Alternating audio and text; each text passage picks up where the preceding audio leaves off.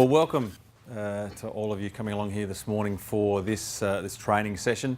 I won't outline exactly what we're going to cover right now, except to say that it's going to be an opportunity to roll your sleeves up, to I guess take on a little bit more of or understand a little bit more of your role that you've got back in the workplace. What I will do in a moment is get you just to give me an outline of what you do. But before we start that, for those of you who I haven't met yet this morning, my name is Dean Evans, and I'm the founder of Leading Minds Australia.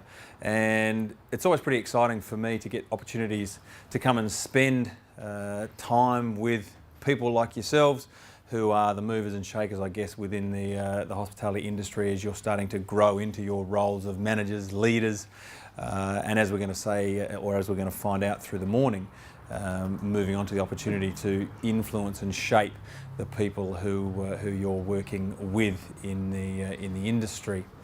What we're going to do through the morning is really just take a look at one aspect of your role, which is really the impact and influence that you've got on people around you. And we're going to spend some time talking about what skills do you need, what skills can you get in order to keep developing the performance of your team.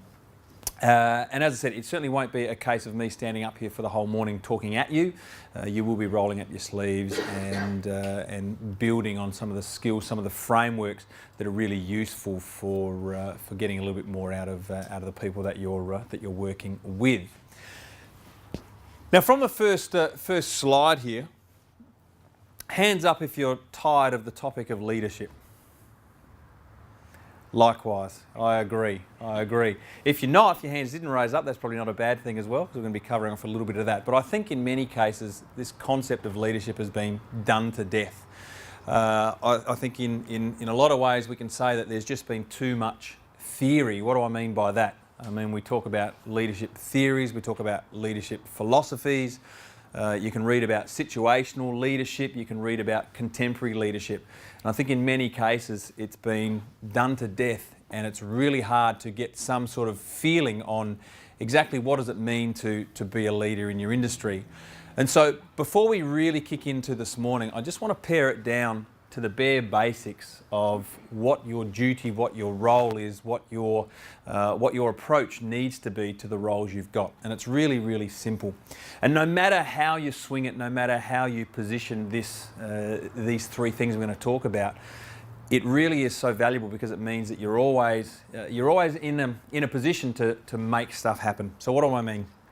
Well, I think you've got three primary roles in what you do. Number one, it's to make an impact. Now, what do I mean by that? Well, making impact is about doing good. It's about doing things that are good for you. It's about doing things that are good for others, and doing things that are good for the greater good. The greater good might be business, might be team, might be your customers, your clients. And ultimately, it's really understanding a little bit about Buddhist belief. Now, I don't know if any of you have done any reading on Buddhist philosophy. Hands up if you have. So there's one really simple overarching Buddhist philosophy, and that is do good. And if you can't do good, then at least don't hurt other people. And in the roles that you've got, that's really, really critical to understand, because you need to be focused on doing good wherever you can. Second, it's influence. What do I mean by influence? What do I mean by influence? Your actions affecting the actions of other people. Exactly. Yeah, it is. What you do is going to have an influence over other people. It will have an impact on other people. Ultimately, it's understanding this, is that to get the results that you need, either on a shift or in a business strategy, you're going to need to get those results with and through other people. It can't just be solely reliant on the effort that you put in. Who's had that feeling where you feel that you're doing all the work? Enjoyable? Exhausting? Overwhelming? Stressful? Yeah, it's all of those things. So we need to understand that we need to be able to get results with and through people around us. And thirdly, it's about inspiration. Now, when I talk about inspiration, I'm not talking about some sort of Braveheart theory where, you're mobilising an entire army of people and they're going to follow you, into battle.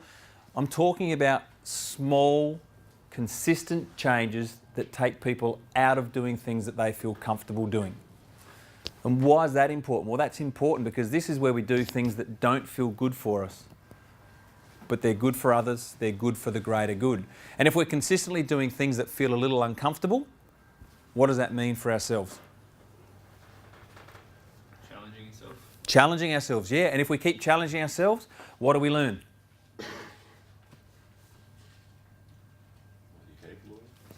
What we're capable of. See, most of us don't understand the skills, the capabilities that we've got.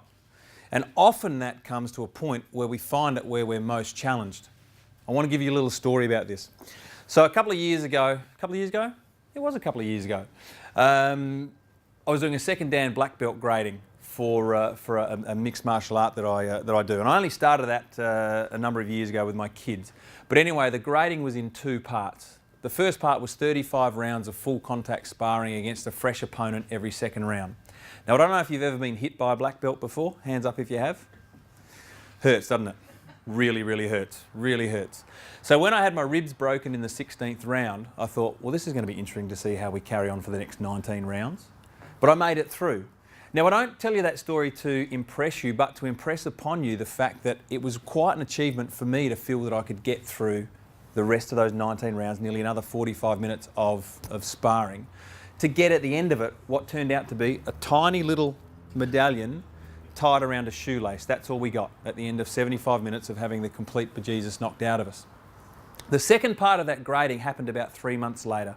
It was 3 choreographed katas and 3 choreographed self-defense moves against 2 other opponents. I barely broke a sweat. The grading was over in 7 minutes.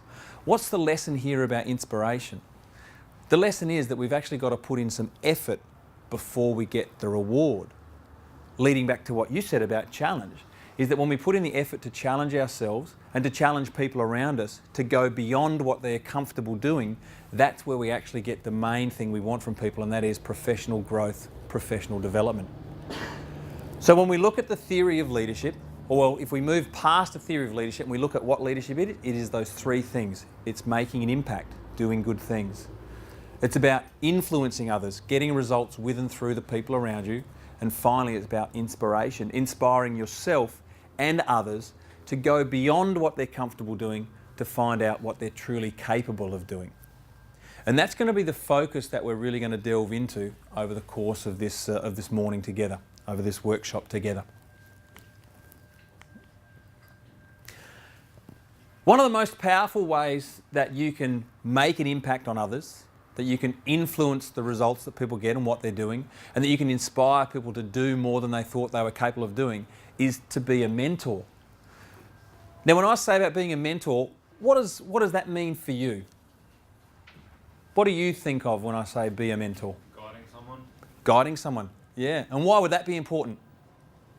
To teach them, so we get apprentices in the kitchen, so sort of, teaching them the skills and that they need to keep on through with the job and that. Exactly, because you've got a level of experience that almost acts like a helicopter view. You can kind of see where some of the dead ends are, you know what some of the skills are that are going to require, what some of the habits are going to be needed in order to experience a level of success in their career. Why is that really important, as you said, when you bring new trainees in? They don't have that experience. They're flying blind. And more so, they've got very little confidence. Even those that come in and appear confident, you actually know probably don't have the same level of confidence that you can. So being a mentor has one real critical advantage. It means that you can make your long road their shortcut to success. Because isn't that what we want to do? We want people to experience or gain experience quicker than you did when you started out. Who thinks that's a reasonable thing to assume? Yeah, it's really key. That's how we keep it going. Because the last thing you need is to keep babysitting people through a role. You really want to get them to a level of proficiency and confidence where you can give them a breadth of time to focus on doing what they've been trained to do. You certainly don't want to be standing over them all the time. I think though when we come down to it, there's three big barriers that often get in the way of people taking on a mentorship role. First one is time. Hands up if you're busy. Everyone's hands should be way up in the air there. It's incredibly busy out there. Now, in fact, the Lead survey of 2014 told us that 65% of managers now believe that they're busier now than they were 3 years ago. And again, who would feel that that's happening to you right now? You would feel that you're getting busier. The world just isn't slowing down. I certainly know that 2015 feels like it's gone up a cog from 2014, and 2014 went over in the blink of an eye. So we know that so much of what we do in time, or so much of what we do, has a real time dependence around it. Here's the thing though, everyone's busy. And often the priorities of what we think is important overshadows what's truly important. And I want you to consider this question before we go on. What's the cost if you don't start mentoring people around you? More time. Was that the same over here? More time? Yeah? What else? Lack of skilled people in the workplace anymore. Lack of skilled people in the workplace, yeah. That's right, so it's going to take more time. It's going to take more time to upskill them to a level where we feel that they can have some autonomy, some freedom to do what they were employed to do the job they were paid to do. People to do that same job because they're not efficient enough at it. Exactly. And then what's the risk to that? More money, more wages, less profit. So I think we can appreciate here that there's a number of reasons why we would want to start focusing on being a mentor and having some form of mentorship within the workplace. Really, really critical. The second biggest barrier is tempers. Emotions fly in the workplace from time to time, don't they? We've all been there. We go in with good intention of having a well-structured, meaningful conversation with someone that's very much focused on them improving their performance, their development, and sometimes what happens instead? Frustration. Frustration comes out. Your best laid plan, the strategy you had or the framework you had for talking to them, suddenly it doesn't quite go to plan, and we start to feel that our frustrations boil up, both from the person we're talking to and our own frustration starts to come into it. And if that frustration, which is just simply another form of anger, boils in, then we know that the rational conversation that we anticipated having often goes out the window. And all manner of problems can start to raise from there. What became some tiny little problem starts to become, it snowballs into a bigger and bigger problem. And what I've noticed over time, certainly in working with a number of young professionals, young managers, is that starts to set up some sort of psychological framework where they avoid having those conversations with people. And again, that can be a real challenge because we actually want to have honest, meaningful conversations with people about how we can get them to move beyond that comfort zone. And thirdly, the other big fear is termination. Why do you think this would be one area that concerns people if we're talking about mentoring or communicating with people in the workplace? Putting a lot of time and effort into a person, only for them to move on, and you lose all that time and effort. It can be that. And yet in some cases, we do want to have conversations with people that is going to encourage them to move on. Because we need to remember, using that old bus analogy, that while it's really important to get the right people on the right bus in the right seats, it's also fair to say that some people make better speed bumps. And so you will have people on your team that you're going to actively, or you will be required to actively encourage to seek opportunities beyond your workplace. Because we know one bad apple will spoil the whole bunch. And often people that are underperforming, as we'll look at later, need to find opportunities to enjoy what they do outside of your team. And the mentoring role, when structured really well, can actually be very beneficial to them and you to help them to find those greener pastures, if you like. What's one of the things you always need to be mindful of in your workplace? What are you always working to?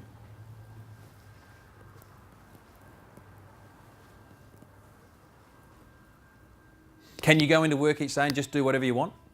Can you say whatever you want? Can you serve whatever you want? Can you store food at whatever temperature you want? What are you always working to? Guidelines. Guidelines. Exactly. And what's another word for guidelines that the government likes rolling out at us? Legislation. Exactly. Legislation, that's right. There's always legislative requirements, legislative guidelines that we need to work within.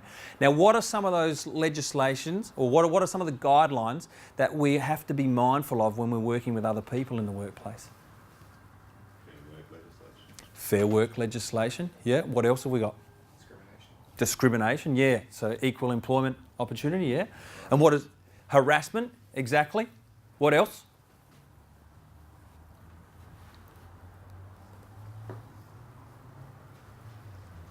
What's the word for those annoying people we all used to know in the schoolyard back in the day? Bullying, that's right. And there's one more, starts with a V, where someone feels like they're being victimisation. So let's think of all of those. We've got equal employment, we've got discrimination, we've got bullying, we've got harassment, we've got victimisation. These are all legislative guidelines that we need to operate within in order to, well, as we said from there, really in order to feel comfortable about keeping our jobs. And yet here's the dichotomy to it. If you went and surveyed all the people on your team, all the people that you're responsible for managing, and you asked them what did they want from you, what do you think one of those key things would be? Mentoring, leadership. Yeah, it would be. Yeah, certainly that's one thing they want. But if you think about a quality or a characteristic that they want from you, what is that? Fairness. Fairness, yeah. Give me another one. Hours. Pardon? Hours. Hours, money, yeah, they do. Communication. They do. Communication, what sort of communication? Positive or negative. Positive or negative, yeah. And if you're being positive or negative with them, ultimately what is it that they want from you? Feedback. Happiness, feedback, yeah, we're getting there. Pardon?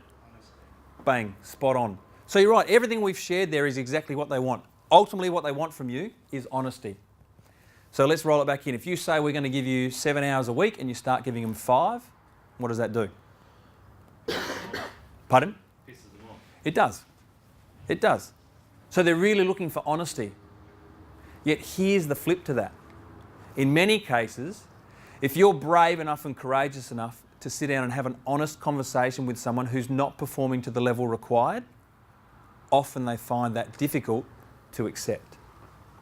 And there's the challenge of your mentoring relationship.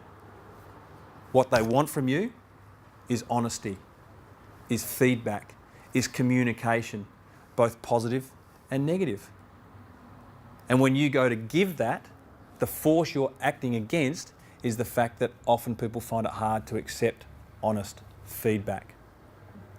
And that's the skill we're going to be looking at today, because it really is a skill, because what we need to work out is how do you overcome that frustration, that reluctance from time to time, in many cases a fear to go and have those open, honest conversations with people, both positive and negative, that is going to allow you to make an impact, have an influence, and inspire them to either step up in their role with you, or in some cases, step outside of their employment with you to go and find an environment where they can do that.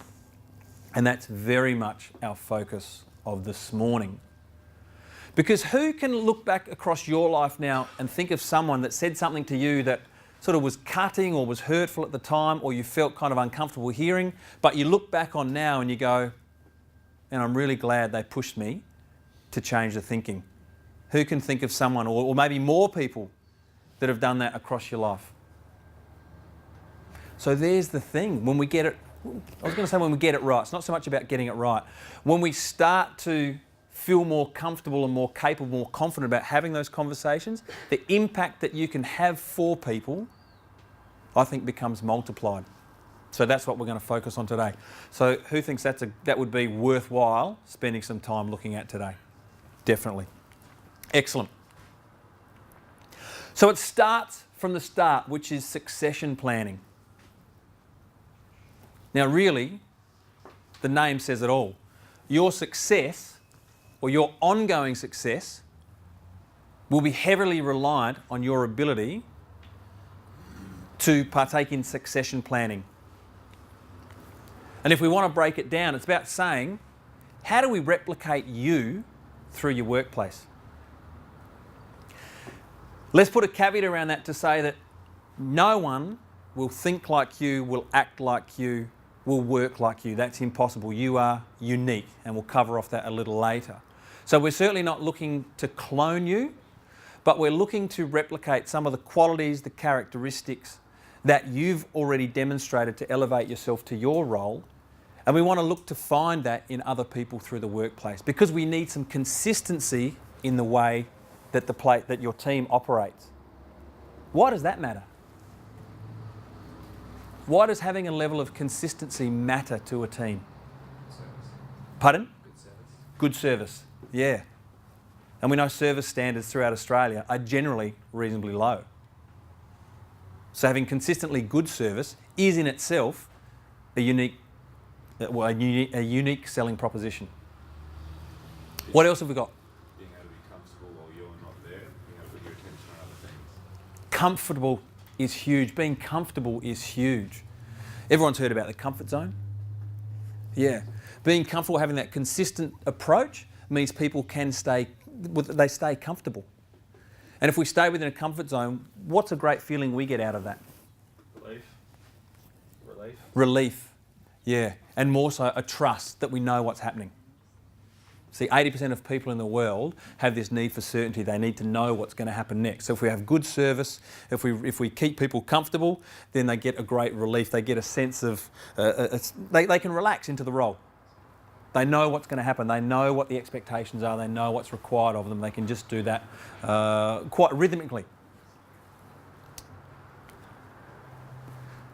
But ultimately, it's about finding someone who's going to fill your shoes. Now, often when we say we want to find someone to fill your shoes, people can get a little bit concerned about that.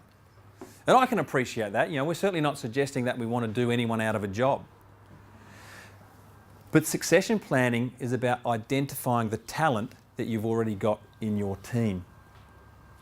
And to take it further, it's about understanding of your responsibility in passing the baton. So consider this question for me. What happens if you don't plan someone to take over your role? What are the risks? You're sick, no one can take over. You're sick and no one can take over. If that happens, what's the bigger risk? People won't get the quality of service. People won't get a quality of service, and that might only be for one day. But what if it's an ongoing leave of absence? What happens then? Loss of business. Loss of business. And if we lose business, what happens then? Jobs. Then you get told off for not running your department properly. Told off for not running your department properly, that's right. So there's some pretty core reasons why we would want to be focusing on how we can pass that baton. But think of yourself now. Do you see yourself in this job in 5, 10, 20 years' time? 5, yes. 5? Excellent. What if you end up being really good at this role? What possibly might happen at the end of that? Promotion. So what does it mean for the seat you're in now? Someone's got to fill it. What legacy do you want to leave behind? Positive or negative? Positive. So wouldn't you want to have some influence, some impact over who's coming into that chair if you possibly could? And I appreciate that it's not necessarily going to be the case in all roles. I would think in most cases, though, you would like to think that the hard work, the effort that you'd put in to get a reward of a well-run, high-quality service department would continue once you'd moved beyond that seat. And in many cases, we're given 2 eyes for a reason, one to focus on the here and now and one to focus on the next 3 to 5 years, on the next opportunity you're looking for. And this is where we actually get down into the real kicker between mature and immature leadership. So the immature leader will hold on to their power through any means. They'll protect all the operating principles, all the guidelines, all the sort of strategies or frameworks they might use to get results. The mature leader will share that around other people and understand that your team's success is a true reflection of your success as a leader. And the better your department operates, the better your establishment operates, the better your team runs, is a direct reflection on your ability to generate some pretty great results. And when you start doing that, that's when other opportunities present themselves for promotion, for elevation. So mentoring people to do more of the good things that you already do is actually a great strategy for building your own career opportunities. And you want to be getting to a point where those opportunities come your way. So we really do want to be focused on the way that we can plan this success for others. So this is the first part where we're going to start to roll up our sleeves now. Now, one of the other benefits here is that obviously through part of this we need to ensure that, well, there are some requirements on you to demonstrate your ability to do some of these. So we're going to, our goal is of course to save you some of the time outside of the workplace. Now back to front. So just grab one of these. Actually take them and just hand them around for me. Now as you look at that form, this is what we're going to do. You're going to think of your current team as it stands at the moment. Okay, so think about who you've got, or who you're working with, and who you're responsible for managing or leading in your workplace. And I want you to think about some of the roles that you've got. I'm not overly familiar with the hospitality industry myself, but I'm thinking, you have chef, sous chef, waiting staff, bar staff, whatever it might be. And I want you to start thinking about those roles. Now I want you to start thinking of why you would need to plan or have a succession plan in place for some of those key individuals that you've got in your team now. All right? Then you're going to work through that role. So you're going to think, I want you to identify the role, and then I want you to come up with your own personal reasons as to why you would need to plan or have a succession plan for that particular role. All right? That's step one.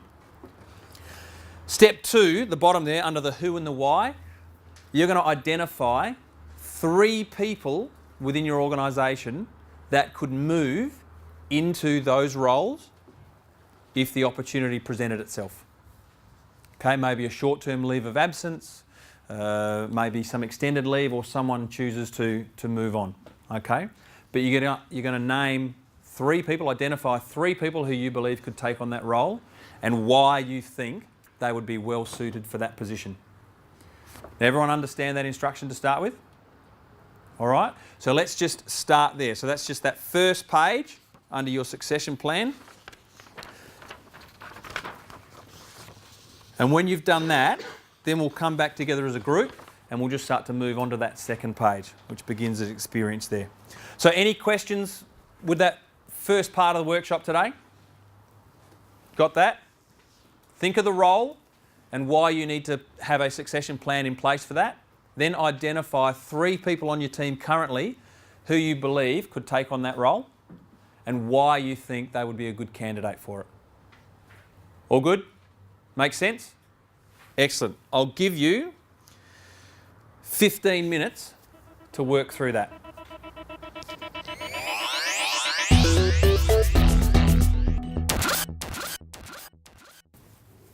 So what did you come up with? What did you come up with for some of your possible talent within your organisation? Was there a theme between the qualities or characteristics that they had? What were the roles that you'd identified? I had all management roles, so Such as? Head chef, Yep. the bar manager, and also the sales coordinators. Mm-hmm. And so, the head chef succession plan should be the sous chef, but then when the sous chef steps up, he needs to also have a plan underneath him for the chef de parties and that to step up, because we always say it's not a matter of if the head chef leaves because the second chef should be able to step in there. It's replacing the second chef's knowledge to support the actual head chef that's going up. So it becomes in some ways like a domino effect. Yeah. Doesn't it? One piece moves and we've got gaps all over, like a chessboard almost. One piece moves, we've got gaps that we need to cover, areas that we need to cover. And that's really important because when we structure it like this way, we can actually start to, I guess, plan for issues before they arise. So that is really, really important. In many cases, it's taking that holistic view of our workforce and going, okay, well, how would we move the pieces around to cover what we need to do, to be best, or best defend ourselves from a loss of IP, of intellectual property. And yeah, like anything, if it goes from the top, then there's a range of areas we may need to be focused on in order to minimise that downtime. Really, yeah, well thought of. Who else? Any other roles? Assistant venue manager where I am now. Nick is there at the moment. He knows the place very well and is good with staff, but in the organisation we're in, there's a good chance he could be moved elsewhere. That's just how it is. Yeah, but several people, I think it kind of same thing, kind of stack up underneath. One is there currently, one I'm hoping to gain another week or two. Someone else who's a long shot, but it'd be worth a try. Long shots are worth a try. And sometimes they surprise you. So, and that's, in my experience, there was one I remember advertising for a department I worked in. My background was actually in allied health, so far removed from hospitality. Although I did meet many people who were doing crazy stuff, I'm sure, at some of your venues in hospitals. But we had one role. It was actually at St Andrew's Hospital. I was responsible for managing that medical imaging facility in there. And when I got into the role, I had two. One was looking after the whole running of the department, but also having a direct focus on the general X-ray department. It was just too much. And so I wanted someone to come in and coordinate the running of the general X-ray department from day to day. And when you talk about a long shot, it came down to a choice between two people. One staff member that had more than 25 years experience in the actual industry, and one that had only been out for 2.5. And I went with the individual who only had 2.5 years experience, and the answer of why, not because it was such a long shot, but because of the characteristics, the quality and the way that she could connect with all the people on the team. Whereas I felt that the person who I think many people considered would get the role purely through time, they'd been there so long, I always felt had a really great knack at sometimes getting people offside and actually fracturing or splintering what we were trying to achieve. So sometimes long shots, fresh ideas. They don't come with the same baggage that's been around for many, many years. They're not conditioned to think the same way, believe the same things. They haven't been indoctrinated into that, I guess, that ultimate catchphrase that you know is going to be a real problem, which is, this is the way we've always done it. Whenever you hear someone saying that, you kind of know, well, are you going to get something new out of it? One last one. Who else is going to share? Coming from this side of the room. Don't have to name names, but was there a role in there or someone in there that that you hadn't necessarily considered? Maybe it was your long shot for a role.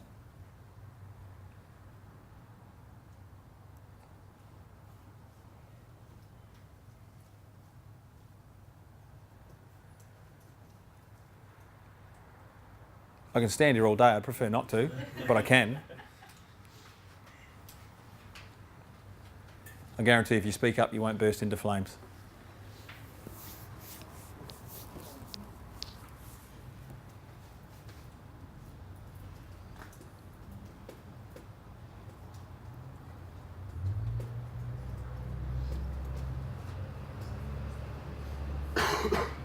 What do you got, guys? Come on, someone's got to share something.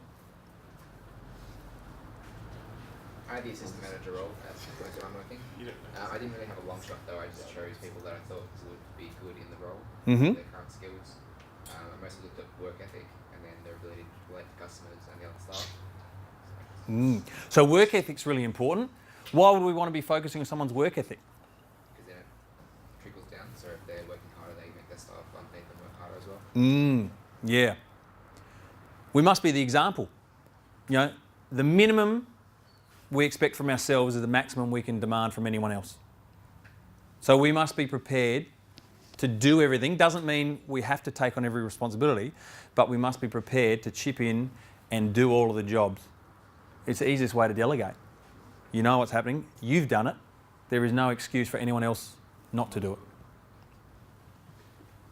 And while today isn't necessarily a workshop around delegation, that certainly is a critical part of what you do, and why we're really talking about pass the baton, because unless you want to be stuck doing all of the jobs and staying in that one role forever, you're going to need to find ways to encourage others to take on other responsibilities.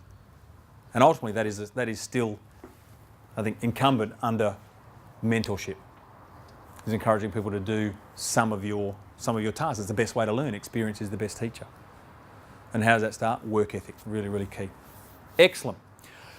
So go over onto the second page now. So for those people that you thought about, those people that you identified, you're now going to break down their skills a little further. Still keeping relatively broad, but I want you to think about those individuals and now start to note their current experience. So write down what's the current experience they have and what's required. So you're asking yourselves these questions. What have they got? And what do they need to get?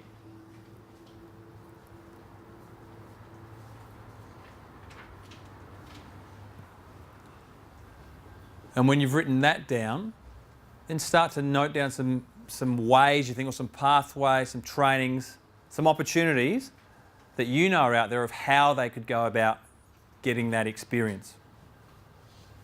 Is it on the job? Are there trainings available through HTI? Are there other external providers? HIT. I'm a great speller. Lucky I can count. So what experience have they currently got? What do they need? And how could they get it? I'm going to give you another 10 minutes on that. So what did you learn? What did you notice? Or what would you like to share about what you'd noted down there? Lucky in that some of these things are already happening. Got What? staff members who are being trained to kind of step up behind the two of us and have the relevant things in case they are needed in those positions. A bit of commitment's being shown to them. And yeah, kind of actually steps 3 people kind of in, one who's having it done now, one who there's future plans for, and the other person's just someone I've known and worked with on several occasions, knows what they're doing very well. And what sort of reaction are you getting from them, given that you're demonstrating a level of commitment towards their development?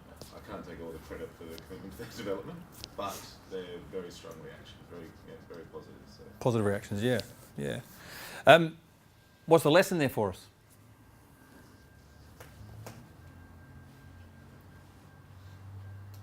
People like to know where they're going. Pardon? People like to know where they're going. Direction's helpful. Yeah. Motivating for the staff as well to see you spending some time and helping develop their careers a bit more too. Yeah. Hopefully give you more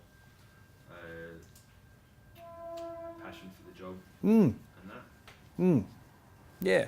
I think it's equal sticks in many cases. You know, we're going to do something to build your skills, to build your development, and you get something in return. You know what I mean? It's contribution. You're contributing to someone else's growth and development. Invariably, that's going to come back to you. I think even more powerful from that, and perhaps a little more unconscious, if you like, it demonstrates a level of care, a level of concern, a level of commitment to the people around your team. You know, you want them to be better, and you're prepared to put a plan in place for that to happen. Now, still there's a responsibility on the part of the individual to make the move and to develop and demonstrate quite clearly the skills that's required of them. When you make the first move and you help them to grow and develop, you will get that back in spades. Really, really powerful. Really powerful. Who else? What else did you find out of that?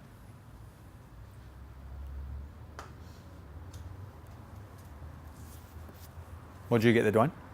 Knowing that they've got the right qualifications to move forward. None of them? No. They do have the They do have. right qualifications, like the right certificates. Yep. RSA, whatnot. Yep. To move forward, and also the product knowledge of knowing when to step up Excellent. into the new role. Yeah, good. So skills and knowledge is really important. in many cases, that's the baseline, making sure that we're getting the foundations right, legislation is correct. As we go on in a moment, then we're going to expand on just knowledge and skills, because while that's useful, there's other areas that we can actually extract from someone in order to know are they well suited for a role, because there's a number of other challenges that you would have already faced and you would understand they're going to face as they move into these other roles you've identified for them. Who else? One last one before we go on.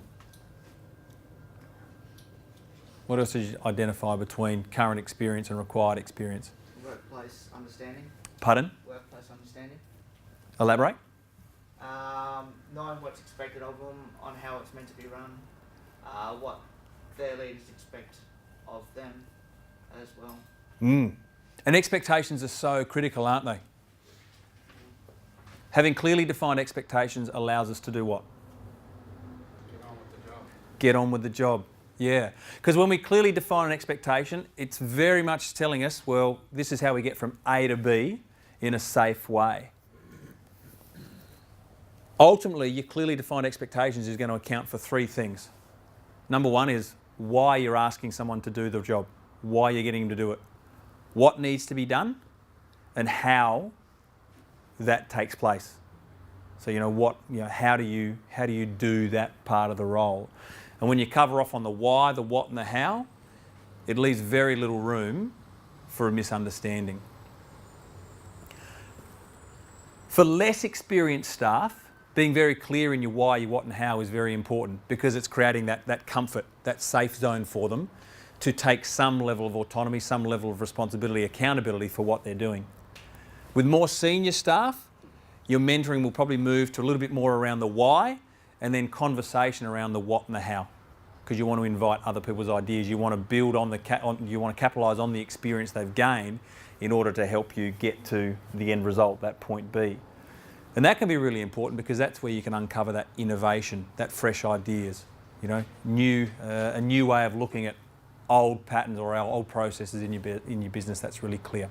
But yeah, clearly defined expectations is very much a case. So if we're looking at current experience, required experience, what are we actually starting to uncover?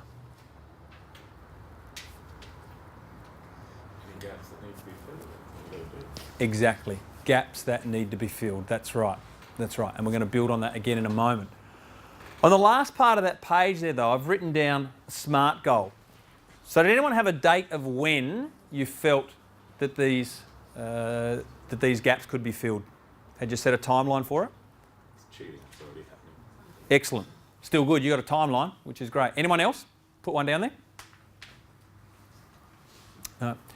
So we're going to wrap up this first part of the exercise by developing your first SMART goal. Now, hands up if you've heard of a SMART goal before. Yeah? All right. Who wants to share with me what it stands for? So what does the S stand for? I don't remember all the... Throw it out there. We'll make it up. It's all right. I think the A is achievable. Yep.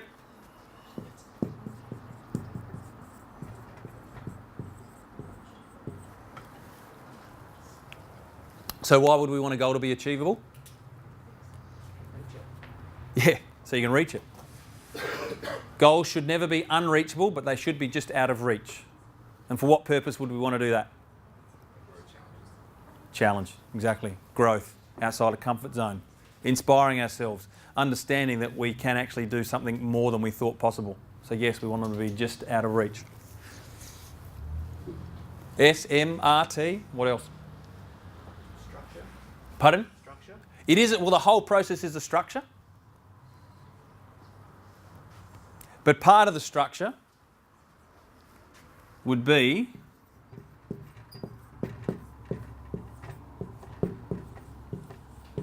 that they're measurable. Your goal must be measurable. Why would we include that in our goal? So you know when you're successful or not. Exactly. And how do we measure it?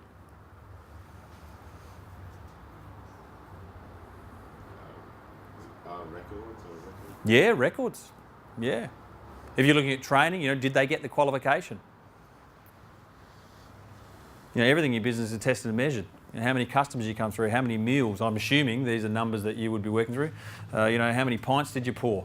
How many people came in on a Tuesday night? You know, if you put some marketing offer, how many people took that up? How many people come back? What's your return business? Be a number of measurables. You've got KPIs, KRAs, all those things you might refer to. Anyone want to take a guess at the S, the R, the T? T, anything to do with time? Yep. Can be either one. It can either be time or can be tangible. And by tangible, I mean you can see it, you can hear it, or you can feel it. So you know you've got the result. S and R.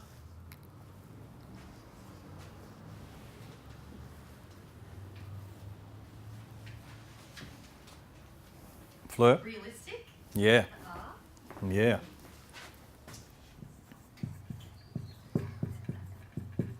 So if I said I wanted to be an NBA power forward, how realistic is that? Thanks for shaking your head there so quickly. That was lovely. It would probably be not so realistic. We need to be about 6'10". I would need to be about 6'10". About 260 pounds. I would need to stretch and grow very quickly. So exactly. So it's got to be realistic. So again, it's got to be reachable. Reachable. And the S?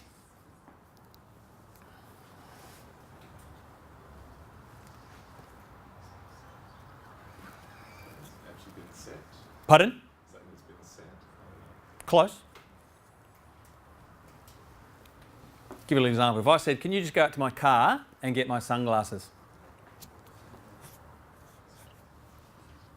What do you reckon your chances are of going to my car and getting the sunglasses back?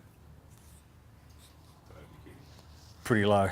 If I said I want you to go out to the white Holden Statesman just parked across the driveway here, thank you.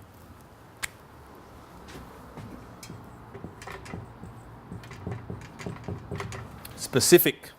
So we get what we focus on to the exclusion of everything else. So the more specific the goal can be, the more likely it is that we're going to achieve it. So when we're developing people or we're giving or we're setting goals or we're setting expectations, the broader it is, the more distraction there is. The more specific it becomes, the more that individual can go and set about achieving that specific goal, that particular thing, improving that particular area. So that's right, the keys to a SMART goal is to make them specific, measurable, achievable, realistic, and time set or tangible. So what you're going to do here, just to finish off, is for one of those individuals that you'd identified, and for one of those areas that you felt they needed to grow from current experience to required experience, and how, I want you just to have a go now at putting it into that very simple SMART goal format at the bottom of that sheet, which is, it is on or before, and you're going to set the date. And I am or have, so you might think it from them, they are or they have. So what have they achieved? So that, and that comes back to your why. So again, goals don't need to be war and peace. They don't need to be pages and pages long. We want to make the goal very, very specific.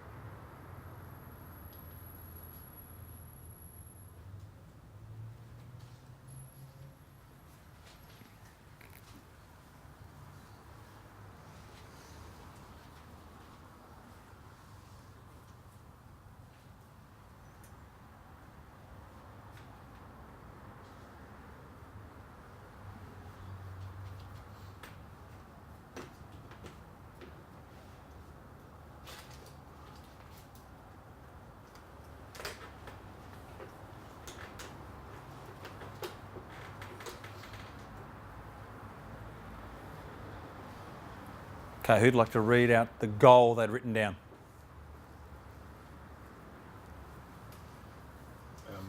secure the employment of and put forward for training that staff member. Excellent. By what time?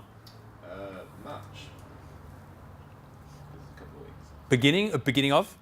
Yep, so March 1st. Yep, so you can even make it that specific. By March 1st, or it is on or before March 1st, you have, what was it, secured?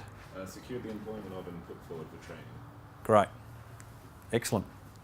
So on March 2nd, we'll come back to you and see how you've gone with the goal. Good. Another one? Actually, before we move on, have you let that particular staff member know that that's the plan you've got in place? He's in Ireland at the moment. He's in Ireland. It's all right. But you will be... I've been in contact with Yep. him about it, Excellent. Well done. Even better. So clear communication, positive communication, builds in. So you build trust. Good, honest communication. Excellent. Okay, another one? Who's written down theirs?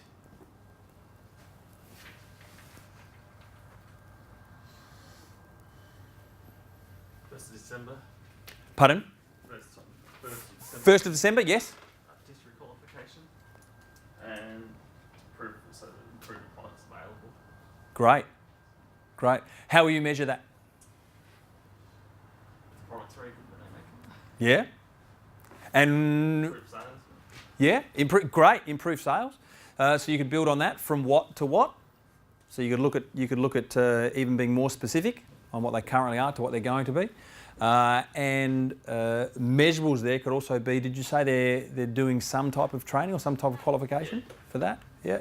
So they may have that, or they would have that qualification completed by that date. Excellent. Good. Is that for you or a team member? Nice. And do they know about this? Okay. And when will you let them know? Soon. Good. Good. Well, from today, hopefully we'll give you some more frameworks you can use to have that conversation with them as well. Always a really nice conversation to have with someone when you're investing in their development. A really positive one. Okay, one more. For you guys at the back there, you two at the back there, sitting quietly, back of class. What'd you get? I just put someone looking for a relief sort of supervisor at the moment. So You are looking for a relief supervisor? yeah. Mm-hmm. So I just said sort of by June, and I would have trained and mentored someone to develop the skills and train to become that relief supervisor to step into that role. Excellent. And is that someone, you got someone in mind? Yeah. And that was out of this morning? Yeah. Excellent. Good. Good stuff. So if you put a timeline around it, what do you think that does for your commitment? Motivated to actually get done. Yeah. Who used to cram for exams? You wait till the night before and then suddenly go hell for leather, pull an all-nighter, hoping that you'd remember it all by the next day. So the thing with goals is that, while the goal goes to work on us, or the goal goes to work on us while we go to work on the goal. And it's true that the time it takes to achieve something often expands to the time we make available to it. So when you set a timeline around it, you actually commit to taking some action. So good on you. That's great. So as that first part, if we just bring that first part together now and we just look at all the things we've just talked about in this first hour, what were some of the take-home messages for you out of this first part about your responsibility as a leader and the importance of succession planning? Structures. Structure.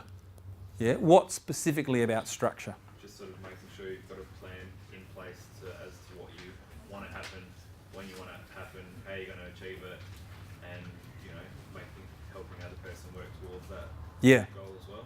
Yeah. And a really simple way to think about that is what I like to think of is the wow factor. All those questions: why, what, when, how, who, where.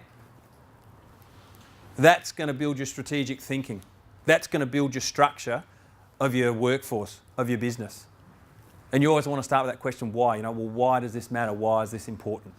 Really key. So yeah, absolutely, structure. Good message. What else did you take out of it?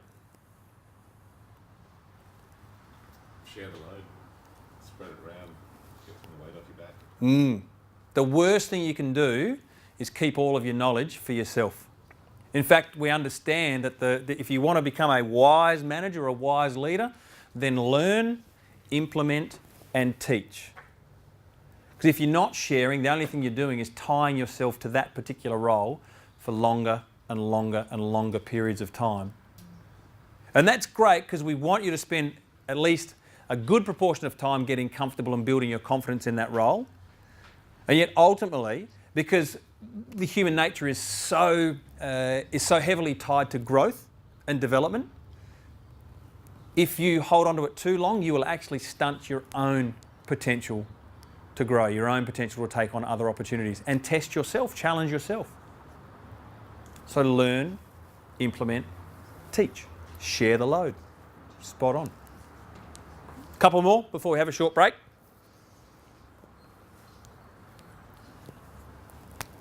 Just know it's peace of mind as well. So knowing when you're not there, but that it's still going to go ahead, and everything's going to therefore into place.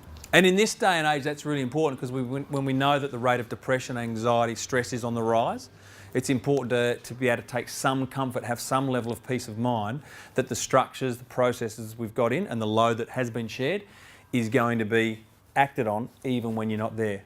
Because I'm pretty sure you'd want to have holidays at some point in time. You don't want to spend 24/7 at the workplace. It's really important. And I remember again early on early on, sort of partway through my management career, one of the best holidays I ever had was 2 weeks spent away. In fact, it was only down the road when I was managing a clinic in at the Tennyson Centre, just down South Road. Went away for 2 weeks with the family, had handed over my duties, my roles for that 2 weeks to one of the other colleagues I worked with, and I didn't receive a single phone call on the 2 weeks away. It was the best holiday ever, just knowing that it was all taken care of, that I didn't have to be thinking about work when I was away. So yeah, it's really important to set up good systems, good structures, have a good level of mentoring that when you go away from the workplace, you can actually switch off.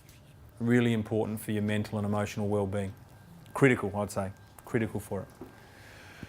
One last insight before we have that short break.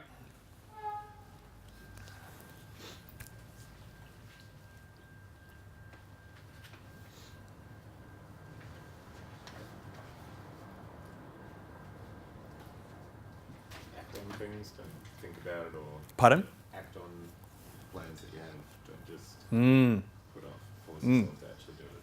Yeah. Yeah, I mean, if we want to have impact, if we want to influence, if we want to inspire, we've actually got to act. Thinking about it, wishing it would change, waiting for it to change, hoping it'll get better.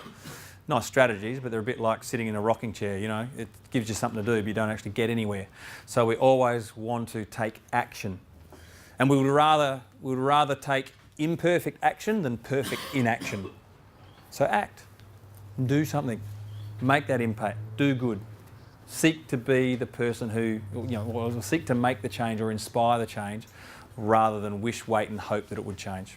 Really key, really key. All right. So let's have a short 5-minute break so you can use the bathroom, stretch your legs, anything else that you need to do in that time. So we will be back in the room ready to kick off at 10:52.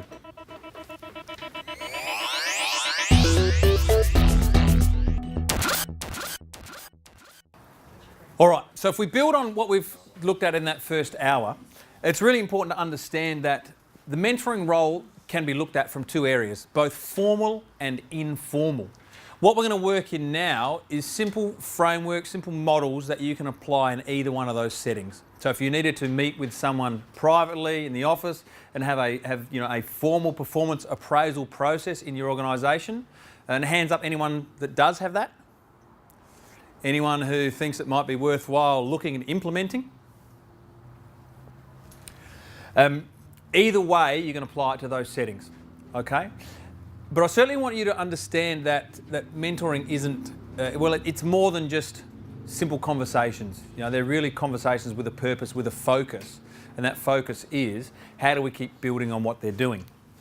And that's really important to understand, because consider this, what got you and the people on your team to where you are now won't keep you there.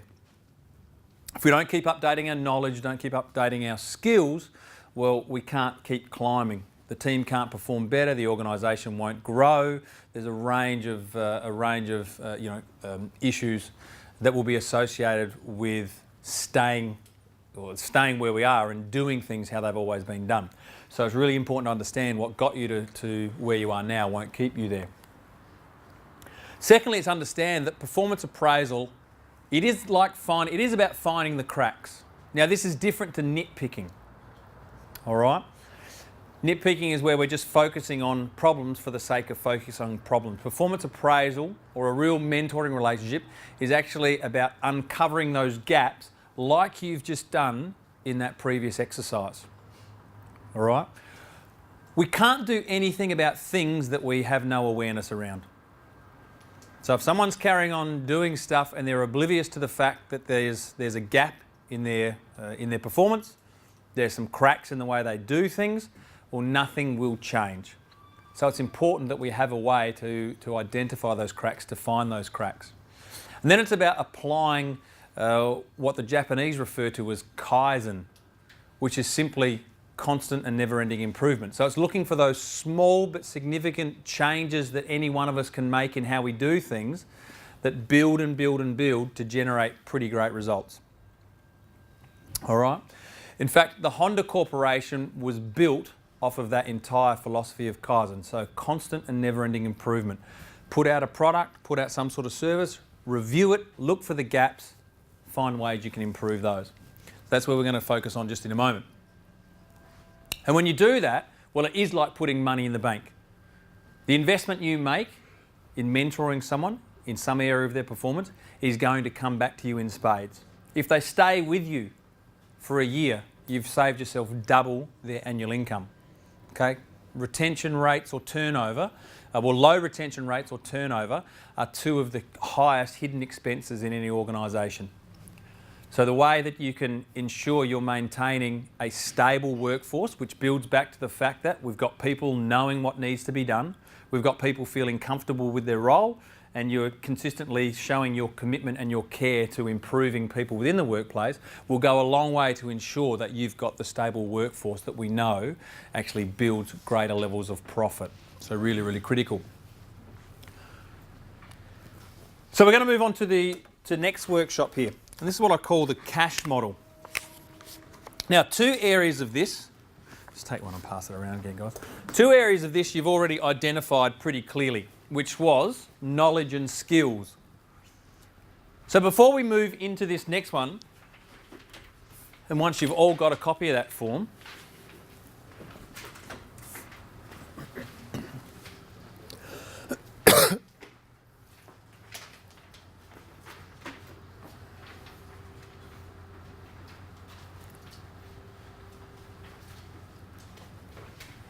I want you to go ahead and explain to me why those other two areas are equally as important when taken in the context of performance appraisal or measuring someone's performance. So yes, we understand knowledge and skills are important, that's a baseline. What is it about the other two? So they've got a bad attitude, it can affect the whole team. Particularly if they're the boss. Because if we come back and apply impact, influence, inspiration, if the impact you're having is negative, what influence are you having? Negative. What's that inspiring people to not do? Care. Care. Yeah. Probably wasn't my answer, but I think that's a better one. Yeah. They won't care. And if people don't care about the team, guess what happens to the customer? They don't get cared about either. They don't get cared about either.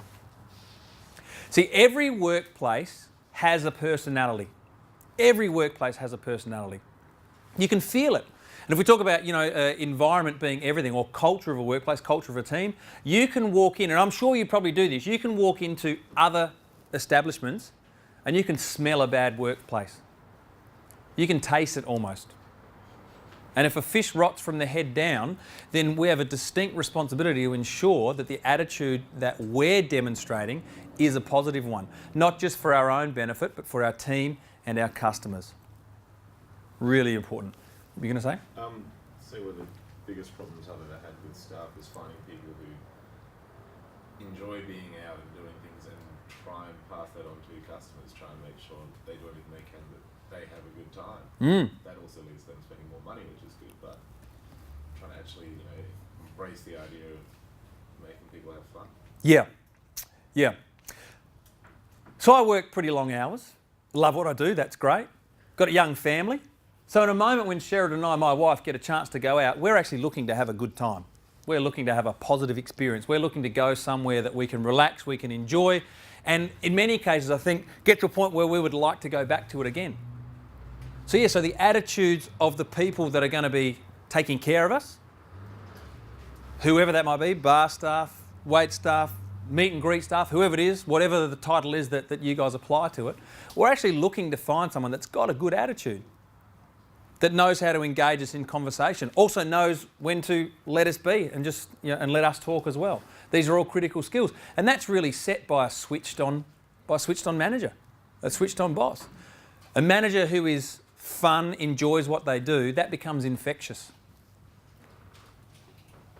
Great cultures are contagious.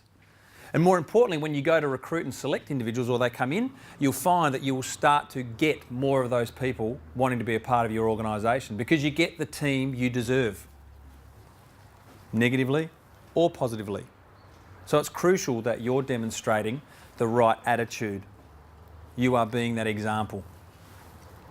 Anything else? Why those other two would be useful in rounding out characteristics or qualities we want from ourselves, from our teams. Bad habits. Pardon? Bad habits. Bad habits, yeah. Coming in and spending, maybe half an hour doing absolutely nothing when, you should be starting the day and, starting procedures. Because we've already talked about how critical time is. So no one has 30 minutes, half an hour in a day to get nothing done. It happens a lot. It does happen a lot, yeah. Because a lot of people will say that they're time poor. And I don't necessarily think people are time poor, they're just not necessarily time wise. i.e. they don't know what to spend their time focusing on, which is going to deliver the greatest result back into the business. Now today's really important because mentoring your team, even in small bursts, has a huge return on investment. Why? Because again, you're building commitment, you're demonstrating trust, you're showing care, you're showing concern. Those things are the things that tie people to you. More than that, because ultimately success is built off of two things, and that's habits and disciplines. Habits being what you do, and discipline being when you do it. And that should always be irrespective of who's watching. So good habits should be getting done at any time, whether you're there or whether you're not. So mentoring's part of that, training's part of that, in-house, formal, informal performance appraisals, all key, all builds into delivering that one thing, which is knowing that your team is doing what's expected of them, clearly defined expectations, even when you're not there. So for this next exercise, you're going to work in pairs now. Now, I don't know. I'm assuming some of you are here from the same business, but if you're not, doesn't matter. You're now going to work independently. So you're actually going to try on this concept of mentoring for the first time. Now, if you look at this sheet that we've given you here, you're actually going to start mentoring your partner in their particular role. So our focus is now coming back onto you. To break it down, what do we talk about in those barriers? What were the three barriers we talked about for effective mentoring? First was time. Tempers. Termination. Third was termination. So no one's going to get terminated in the classroom, so we're all good, okay? We can tick off on that one, okay? Time, we're going to allocate enough time to have a go at it. But the second one is the one that often people fall over, which is tempers, so which is emotion in the workplace. The way to overcome emotion with anything we do is to have a system, a structure or a framework for working in, for applying or for getting involved in that particular situation. So to give you an example, let's talk about driving a car. So when you're 16 or 17, one day you've got no idea how to drive a car, you've got no licence, you're not on the roads. Then you go and sit your licence for your L's and suddenly you're given the keys to a car that you can go and drive. But what's changed? Not much. Your experience hasn't gone up. Yet we know on the roads that if we keep to the left, we overtake on the right. If we stay under 60, we go when the lights are green, we stop when the lights are red, and we show caution when it's orange, what does that increase our chances of doing or remaining on the road? Alive, safe, ultimately. If we follow a structure, we can get from point A to point B with a relatively high level of safety. And so it is in the case of mentoring or having these honest conversations with people. If we apply a system, a strategy, a process that works, it gives us the greatest possibility of getting from point A to point B safely. In this case, it's about getting someone from current level of performance to required level of performance and removing the tempers and the risk of termination. And the easiest way to do that is to look at that system, is to break it down into knowledge, attitudes, skills and habits. Again, we're going to build on that in the next section. But here's what you're going to do in this exercise. You're going to work in pairs. Okay? You're going to identify what role you've got, and you're going to start having just a comfortable conversation, an honest conversation about how they think they're performing in their particular role. So Dwayne, you might ask me, okay, so how do I think I'm going in the role I've currently got at the moment? All right, and you'll break it down the area. So let's talk about the knowledge, okay? What do you think you've got? So what knowledge do you think you have at the moment? What do you think you'd need to do in order to increase your knowledge? And then the last one is B, and who will that help you become? Or how will that help you be better? Now, if you have that conversation, in fact, we'll go to that after. So any questions on this particular exercise?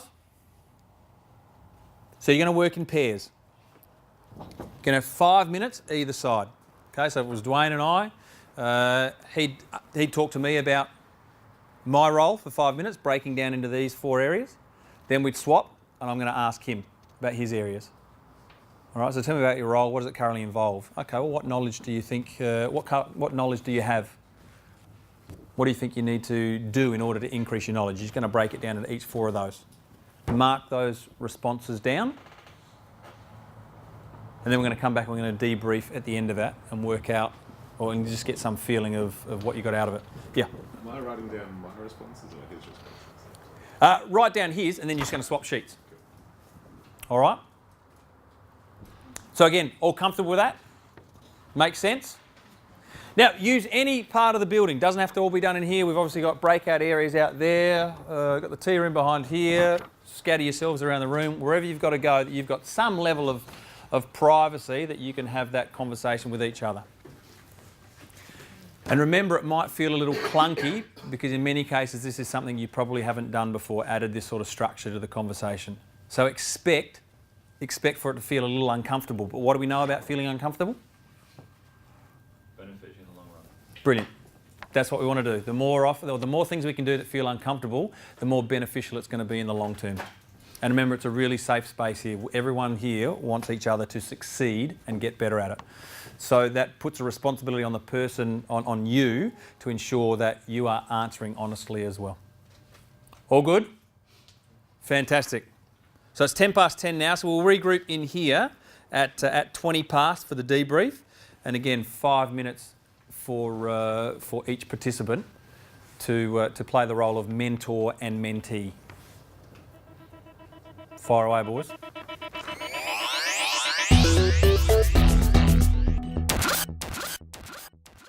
All right. So some good conversation there. What did you get out of it? Like what fell out of those conversations? That you learned about yourself, learned about others, learned from the person that you were doing the exercise with. Like we're just saying, we've got some similar gaps in our knowledge, which will, if either one of us can fill, will benefit both of us. We learn from each other a bit. Yeah. Yeah, so promote some teamwork, and even if the team is 2 of you, particularly the guys at the front here, manager and assistant manager, really important that relationship is solid, is honest, is trustworthy, and is working towards a common goal. Critical. And I was adding to that by saying that having that kind of professional working relationship means that it prevents staff playing one off against the other. Oh yeah, but he said this. Oh, but he said this. Oh, they don't seem to know he doesn't know what's it. It promotes that uncertainty. We get that all the time. Some sous chef, I've got a head chef, and when he's away, well, he does it this way. And then my normal way, they'll be like, oh, Adrian's told us to do it that way. Where my answer is, well, if the head chef's told you to do it that way, that's the way you do it. Yeah. So, Yep. yeah. Who's got the final call of responsibility? Exactly. What is the standard operating procedure? This is how we do it. Clearly defined expectations, clear process, same system the whole way through. Doesn't prevent errors, but reduces the number of errors that might happen. If we use that car analogy, well, what if some people chose to drive on the right side of the road or on the other side of the median strip? What if everyone just worked to their own rules? What would that cause out in the roads? Chaos. Absolute chaos. So the simple principle to follow is if everyone, just ask yourself the question around that. Well, if everyone followed their own rules, what would that create? Frickin' chaos. So it's clearly defined expectations, one system that everyone follows. By doing that, then it's really easy to find the cracks. Really easy. What else came out of it?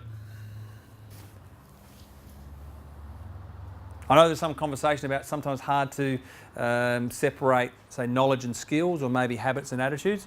Completely normal. Again, there's no hard and fast rule around how you have to use this framework, except to say there's just that they are the 4 critical areas that give you that well-rounded approach to what we do. Here's one question I want you to think about.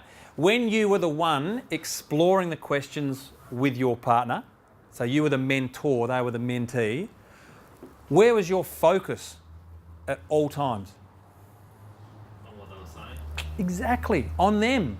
So what weren't you worried about? Yourself. Which meant, no one felt frustrated or annoyed by the conversation, did they? You didn't actually feel in a sense of annoyance, of disappointment or disillusionment or frustration with what they were saying, because your focus was always on the individual, on the other person. Essentially, you were showing care and concern for them. So you get out of your way.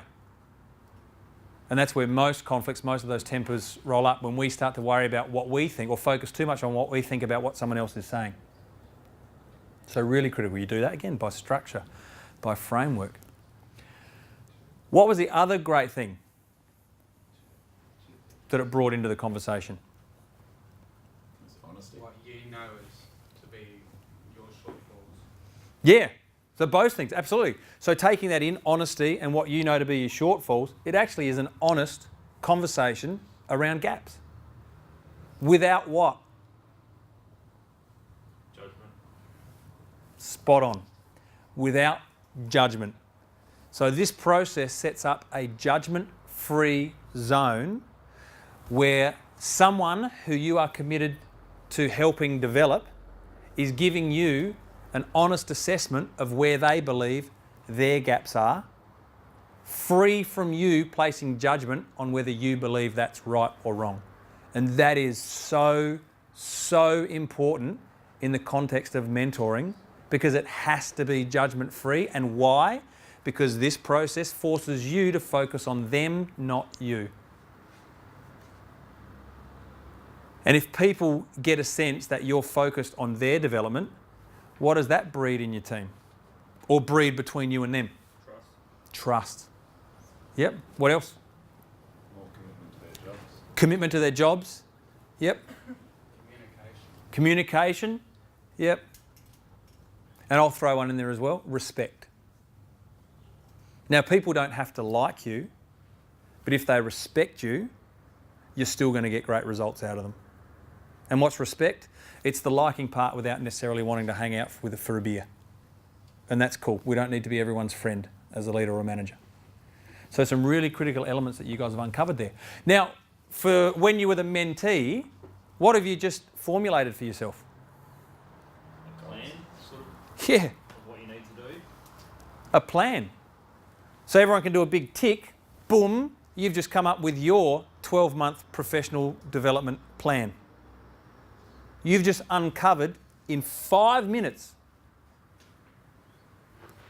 a focus point, or potentially 4 focus points or more, on ways that you can get better at what you're doing. So increase your knowledge, increase your skills, increase your attitude, increase your habits. You have just created your own professional development plan.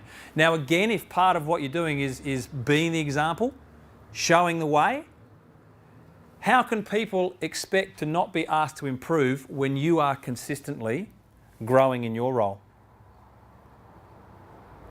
And that's the idea I like to think of as grow or go.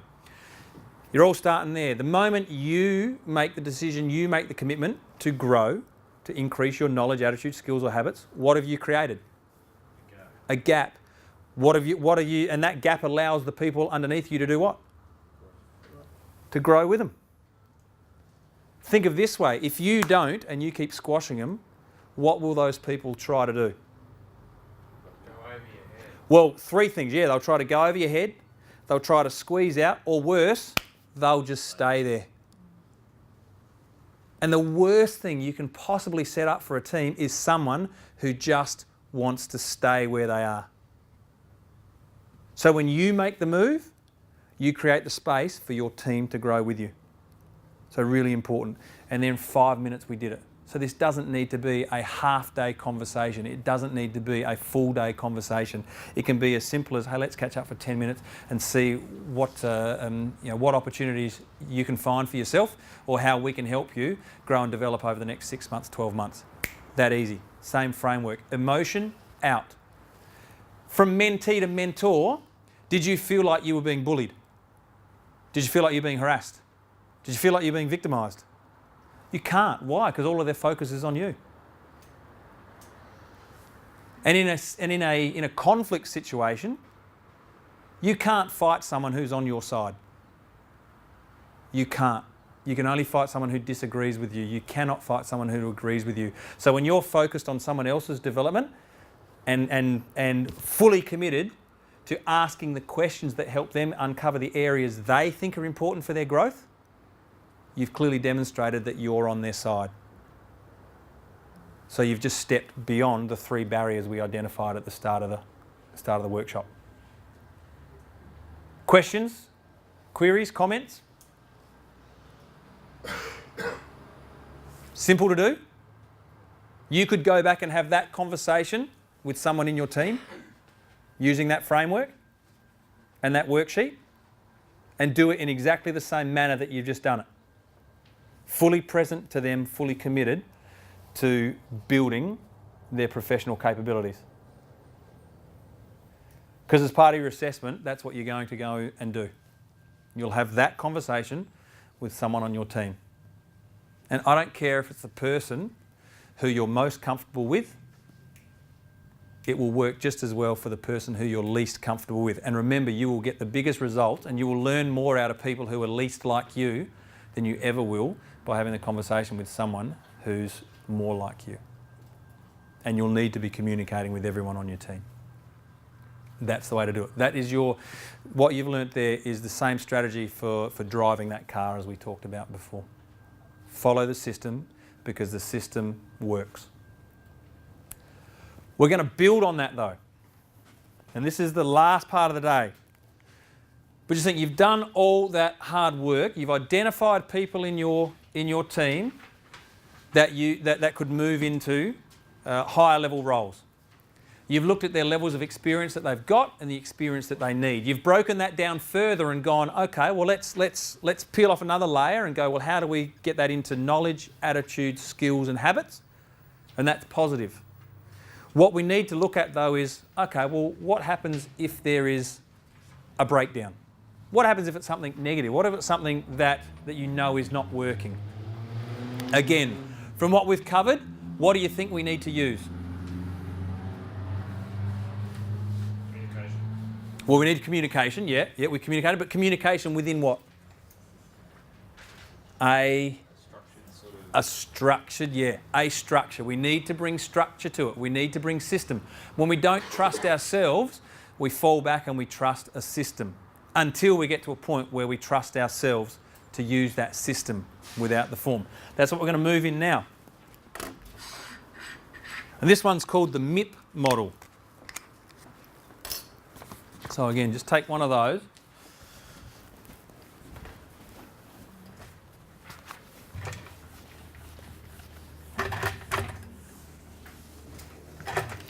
So this works incredibly well when you notice that someone is deviating from expectations. They're not following the system, or they're doing something different when you're not watching. So we've got a gap. So this is performance development. Before we start, let's touch base on a couple of key principles here. One is, let's suppose that people are not their behaviours. What does that mean?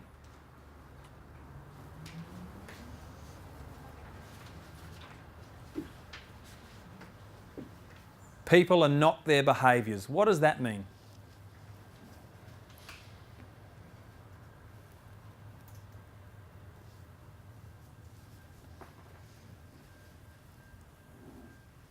There's no right or wrong. There's only opportunities to learn. So what do people and not their behaviours mean to you? Outside of work, they can be completely different to the behaviour they've got inside of work. Yeah. Personality changes. People are flexible.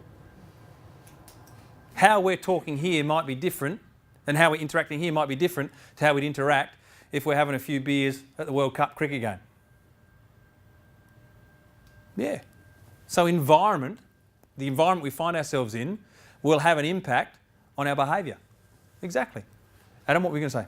Just going to elaborate on that. So that's, Or elaborate on it. Go for it. well, that's all good. I was pretty much going to say the same thing. So What was the thing you were going to say different? No. Build on it. really, it's all the same. All right. So exactly spot on. So people are not their behaviours. We're flexible. Our personality changes. Absolutely. So we need to make a clear distinction that what people do is not who they are. Now that becomes really important when you think that allows you to already remove emotion out of the situation. So it doesn't matter whether you like or dislike the person, we're always going to focus on the behaviour. What's the behaviour? Really critical. Also to understand that every single one of us operates differently. There's 7 filters that we work through in our environment to create our behaviour. And again, to rattle through them quickly, there are our attitudes, our values, our beliefs, our decisions, our language, our memories, time, space, matter, energy, and a thing called meta programs. And I won't cover into meta programs, we don't need to talk about it today. But everyone will filter information that they've got differently. And every single one of you will have a different perspective on what today's workshop was, what value there was in it for you. It will be different based on your attitudes, your values, your beliefs, your decisions, your memories, language, all those sort of things. So we need to appreciate that everyone is different. In fact, we need to expect that everyone will operate slightly differently. Key areas, attitudes, which is our thoughts, emotions, which is our feelings. So the combination of our attitudes, or any one particular individual's attitudes and emotion, will be reflected in their behaviour. Change either one of those and the behaviour changes. It has to. So again, we've got a couple of triggers we can pull here, attitude and emotion. Critical. That's why on that previous one we talked about attitudes and habits. Flick either one of those, improve habits, improve outcome, improve results.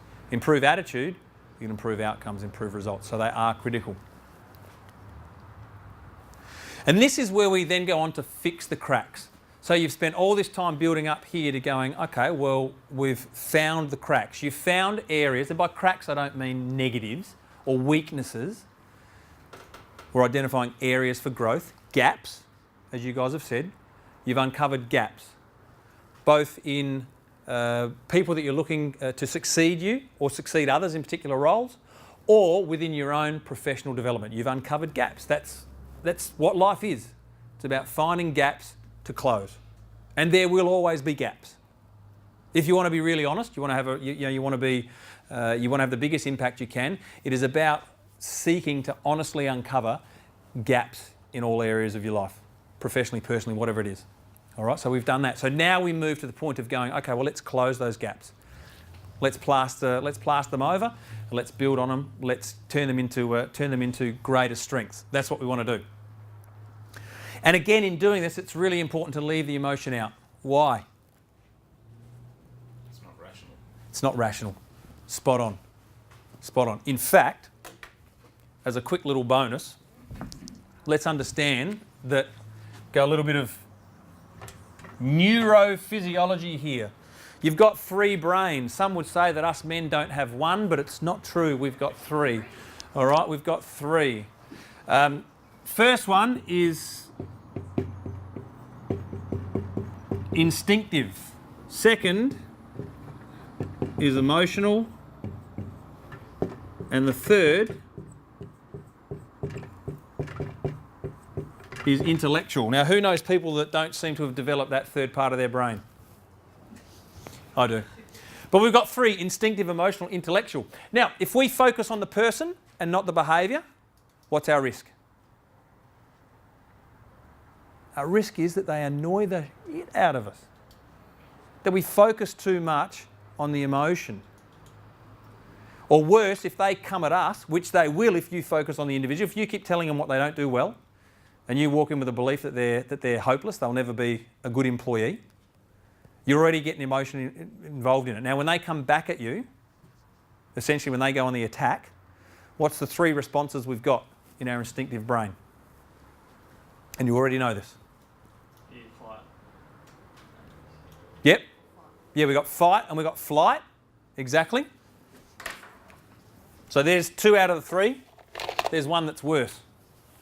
They're bad enough, but there's one that's worse. Exactly. So we got flight. We got fight. So I come at you and you come at me. What's the worst one though? Yeah, defence. Well, it's almost lack thereof. So you come at me and I stand. Submission, yeah. Freeze. Like a deer in the headlights. So we've got 3 instinctive responses when we're placed under pressure. Okay, if we go in and tell someone, hey, I want to tell you about something that you're really crap at. You've already hit instinctive brain. They're going to flight, so they're going to avoid answering the question. They're going to fight you. They're going to stand up and say, well, you can't tell me that.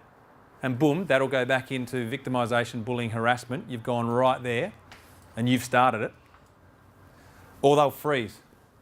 And you'll go on to tell them what's wrong with them, and you'll think you have an impact, and they're not taking any of it in. They're just feeling like they're getting shot left, right and centre.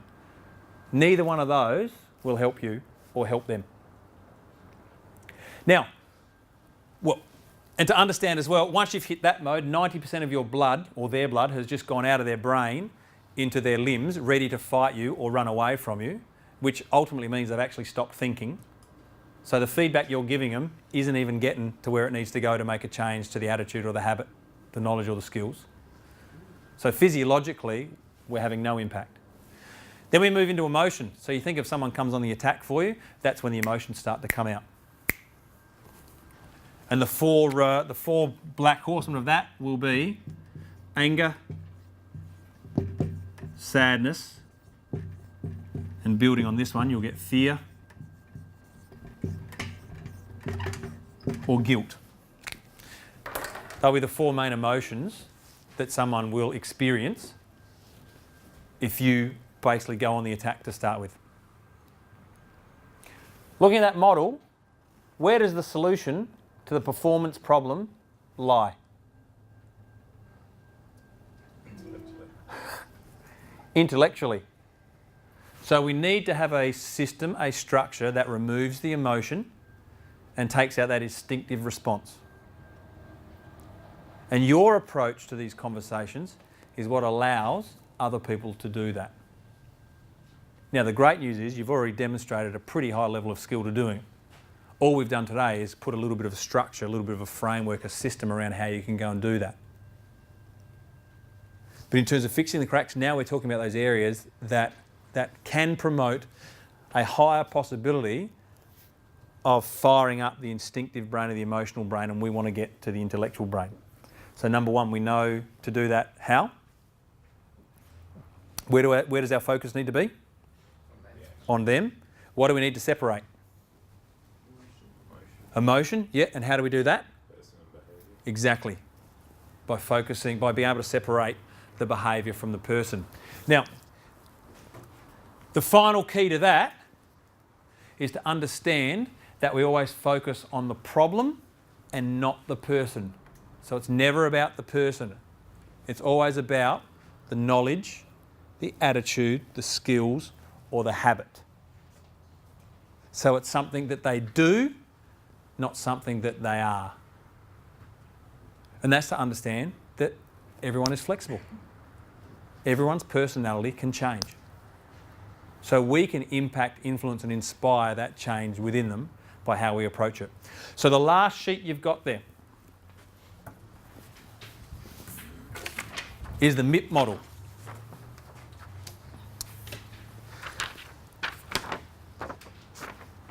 There's 4 questions we need to ask ourselves when we're going to go and have this conversation, or we're considering going and talking to someone about a particular area of their performance that we think needs to improve. All right? If you didn't think anything was wrong with it, you're probably not going to go and you're not going to have that conversation with them. But when you notice a gap, when you notice a crack, it's your responsibility, in fact you're paid to do that, to go and have the conversation with them, to get them back on track or elevate what they're doing. Whether it's small changes, whether it's big changes, that's irrespective. It's the process that we follow. And we break it down to understand that there's 4 key things that are going on. It's their intention.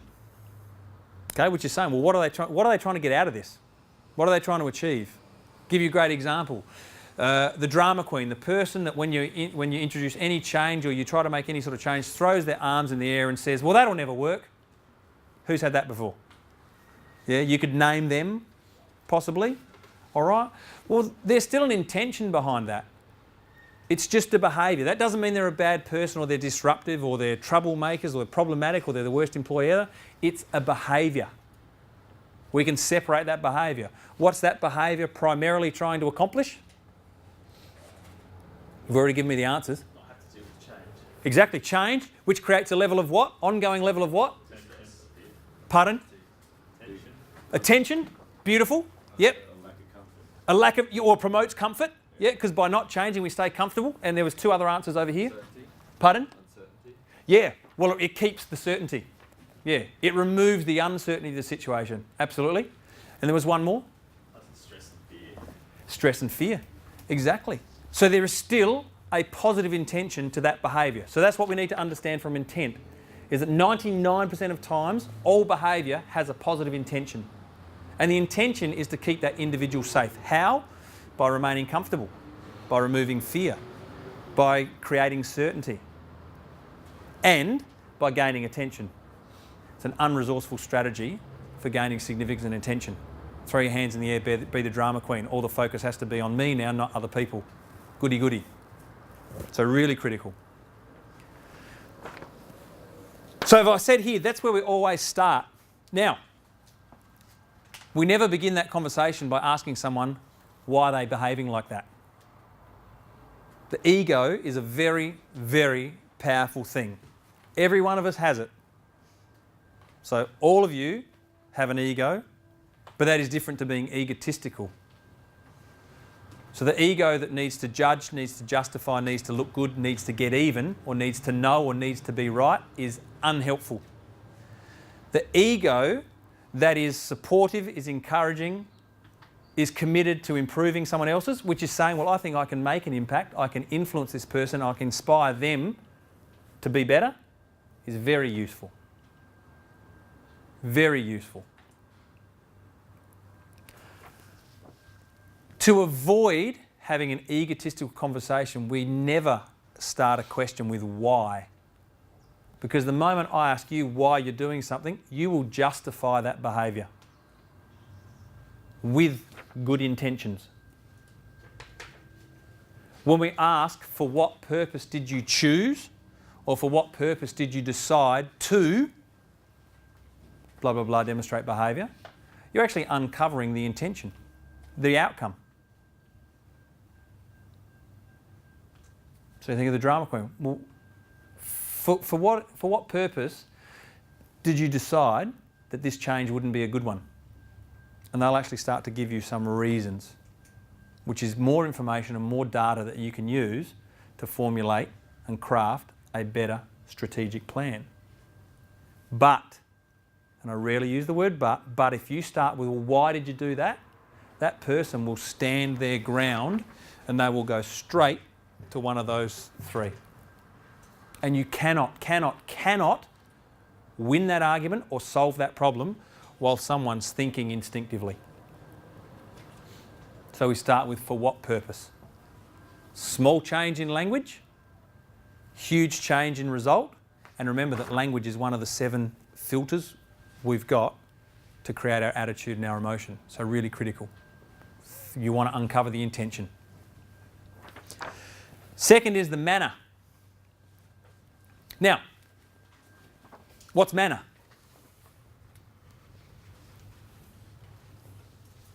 The way in which we approach the situation. Spot on. The way in which we approach it. Yeah. So it can be positive or negative. Think of customer service. Think of the way that some people talk to your clients, your customers. Have you ever heard yourself saying, geez, I don't think I would have said that. Gee, I think they could have handled that better. That's manner. So intention is internal. We can't see someone's intention. We don't know what their intention is until we ask. Manner, though, is external. We can see someone's manner. So in terms of manner, I could choose to come in here and just talk at you for 2.5 hours and probably not have a great impact. I still may not be, I don't know. But as a manner to come in and invite your responses, find out what you know, what you learn, is probably going to have the effect of getting you to give me more as an audience, as participants. Which is so my perception, if we move on to the next one, is that that's what we're getting. We're getting some good level of conversation here, some healthy level of ideas being thrown around. So this is what you're looking back when you're looking at performance. You're looking at, well, what's their manner? What is it externally that you notice there's a gap around? Is it communication? Is it commitment to the process? Are they following the standard operating principles that you've got? Is it positive? Is it negative? It's all of those things. Then let's move on to perception. Is perception internal or external?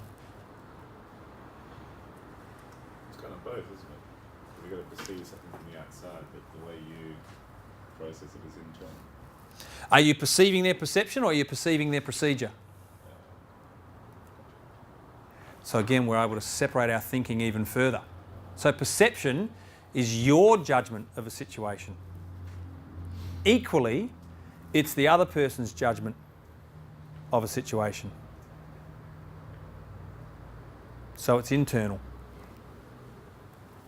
So we can't know someone's perception of a particular situation, event, or even more, we cannot know someone's perception of their own habits or their own attitude until we've gone in and have a conversation with them to uncover it. Or what about procedure? Internal or external? External. Yeah. And how is it external? How do we know that it's external? You can see what they're doing. There's tangible evidence. Yeah. We can see, hear and feel what they're doing. So we've got an external measure of it. So we can break down those areas where we're uncovering gaps, we want to fix gaps into those 4 key areas of manner, intent, perception, procedure. We always start with intent. So anytime you're going in this conversation, the uncomfortable conversation, it's being curious to find out for what purpose did they choose to perhaps not follow the guiding principles, or for what purpose did they decide to behave in that manner, to have that attitude or take on that habit. So really powerful for discovering their why and building that conversation. Now you're going to go back into your pairs again, just quickly, and you're going to pick out one of those areas that you'd identified on the previous exercise, so your knowledge, attitude, skills, habits. Specifically, I'd like you to focus on, if you can, onto the attitude and the habits area. And to cover those cracks becomes as simple as asking those 3 questions in there. What are the 3 questions we've got on there? Or put them into a question for me. If it's curious. Finding out why they did the thing they did. Yep, so finding out. Yeah, so first one is for what purpose. But in the other ones there, stop, start, keep. It's simple as asking. So from your perspective, what do you think you'd need to stop doing to improve this? What do you think you could start doing? And what do you think you could keep doing? It's all question based. Because where does the solution to the performance gap or performance problem lay? Out here, in the intellectual part of their brain. And you need to help them uncover their own solution to solving the performance problem that you've recognised. And tell me why that's really, really crucial.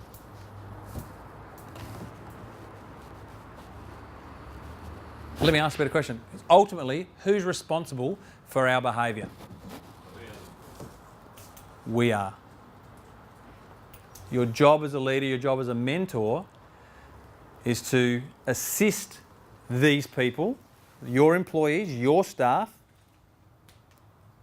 to take responsibility and ownership for their performance gaps, for their knowledge, for their attitudes, for their skills, for their habits. Because that's what builds control, self-awareness, self-management, and ultimately leads to self-trust.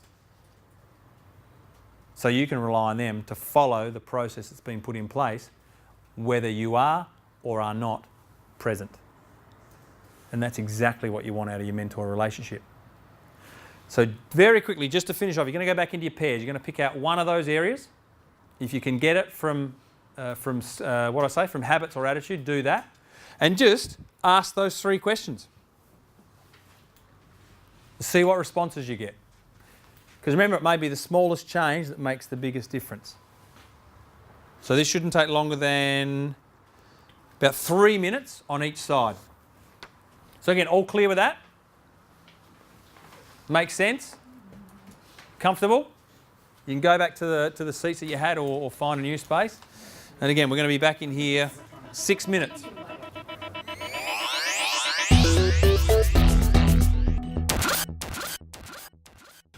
So out of that, what small improvements did you identify? Did you find for yourself or for others in there? Being firmer with staff in certain situations where they need to be told, but at the same time avoiding emotional instinctive responses. And again, if we think about, we can't do anything we're not aware of, understanding that we need to be firmer, which is demonstrating assertiveness, is really critical. So when people, it is about a consistent message, a consistent approach. And again, that builds certainty. That builds a level of trust. They know what they're going to get from you and they will follow you. So being assertive, being firm when we need to, really great. And how will that make you feel? More confident myself, but also confident the staff will react in the right way and not affect the running of the business, the ongoing, the rest of the day. And as you build your confidence as a manager, what are you going to be then prepared to do? Asking more of what I know, improving the quality of service, improving the day-to-day running of the hotel. Yeah, so you start backing your own skills a little more, which means then you push yourself further outside of your comfort zone. So again, you're creating more of that grow or go approach. So a small change, like committing to being more assertive, actually has some pretty big ramifications. So is it making an impact? Is it influencing people around you? Yep. Is it inspiring yourself and others to do a little bit more than you thought you could? Bang, small changes make the biggest difference. Thank you. What else have we got? What other little changes did you, or little improvements did you identify for yourself? Not showing frustration. Pardon? Not showing frustration. Tell me a little more. Because working in hospitality, it's easy to get frustrated with customers and fellow employees. Try being a parent. Yeah. Quite a similar situation. And it's more just trying not to show that to the customer when you do get frustrated. Just try and pull back a little bit. Because frustration sits you where? Emotional. Frustration is just, it sits under the umbrella of anger. So it's a form of anger, frustration, absolutely. Now that's to understand that it's okay to feel frustrated. I mean, I know when I started, I sort of thought that I was responsible for being, I guess, the flag bearer or the pom-pom waving person and have that positive attitude. And it's great to have a positive attitude. That's really, you want to aspire to have that. And yet, to take that to extreme, to feel that you must be positive, you must never show your frustration, you must always be, the embodiment of the wide-eyed, smiling individual is completely unsustainable, unachievable. As a SMART goal, I think you're setting yourself up for failure. You will be frustrated. You will experience disappointment, disillusionment.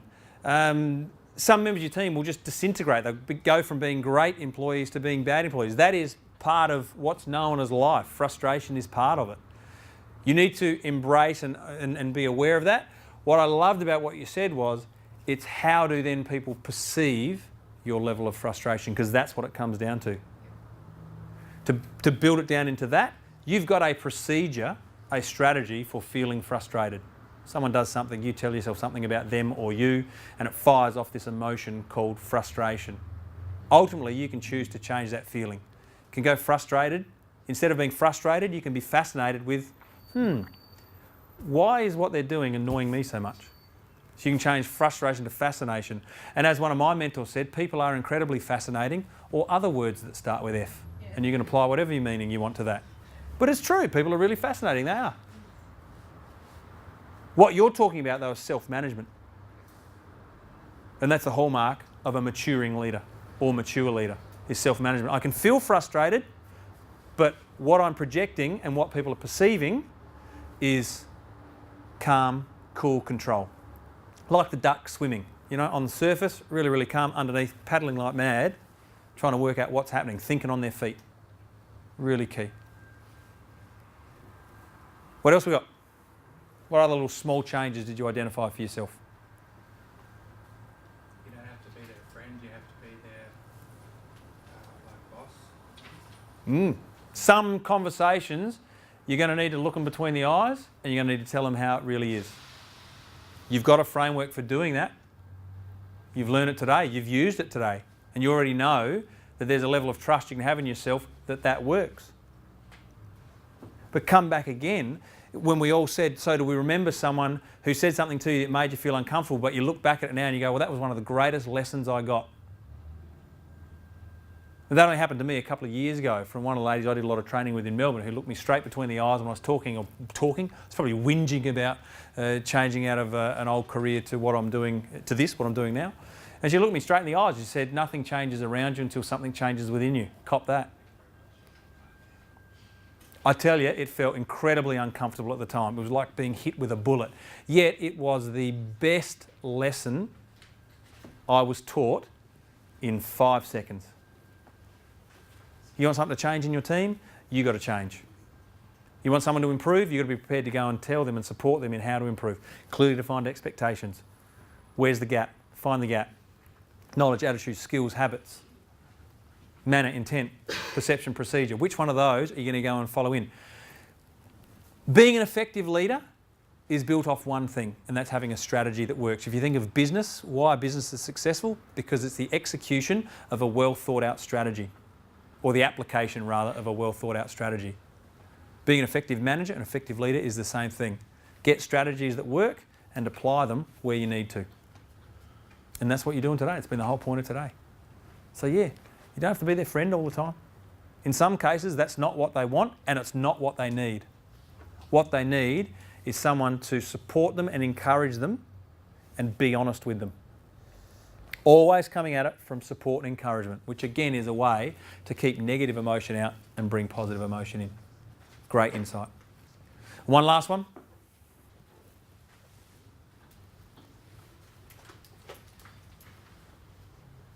What did you discover for yourself of a small improvement you could make that would have a big impact? High level of stress and work. Pardon? How to overcome a high stress level of work. Yeah. And what did you discover for a how? Delegate and trust more. So delegate your workload so you're not stressing about that and trusting in your employees to be able to follow. Brilliant.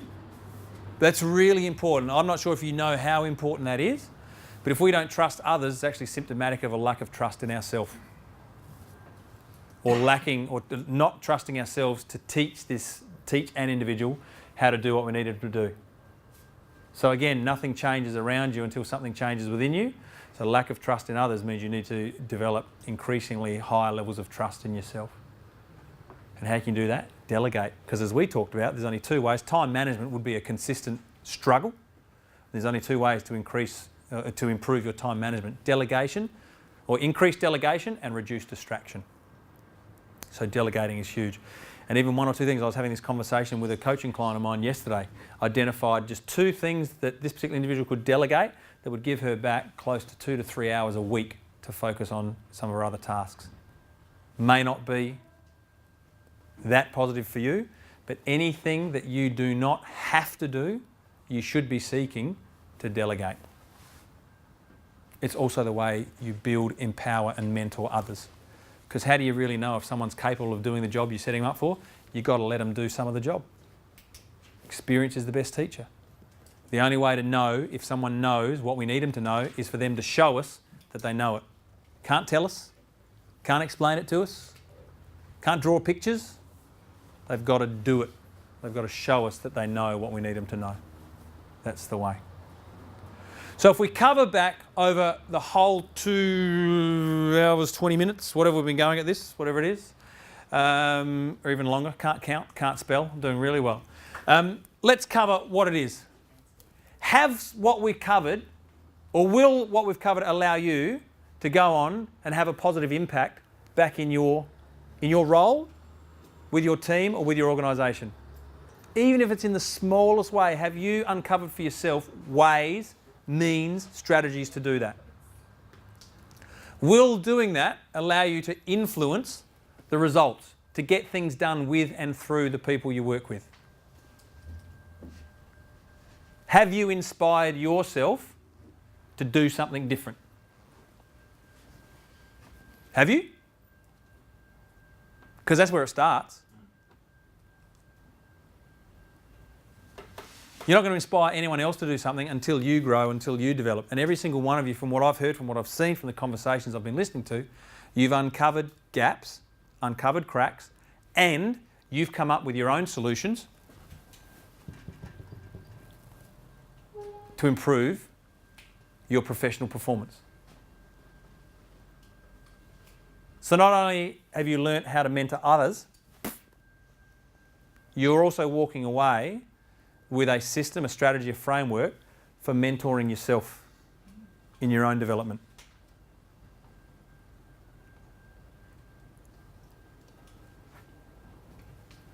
So I would think it's been a pretty valuable use of your time.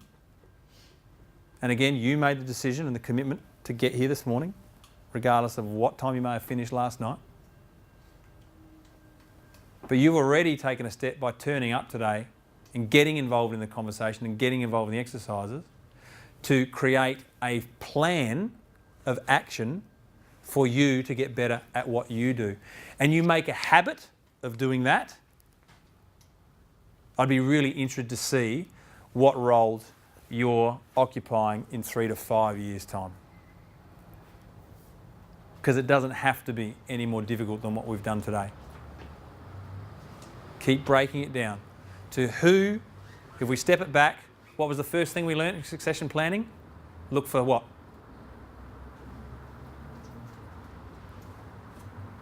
Identify what in your team? Pardon?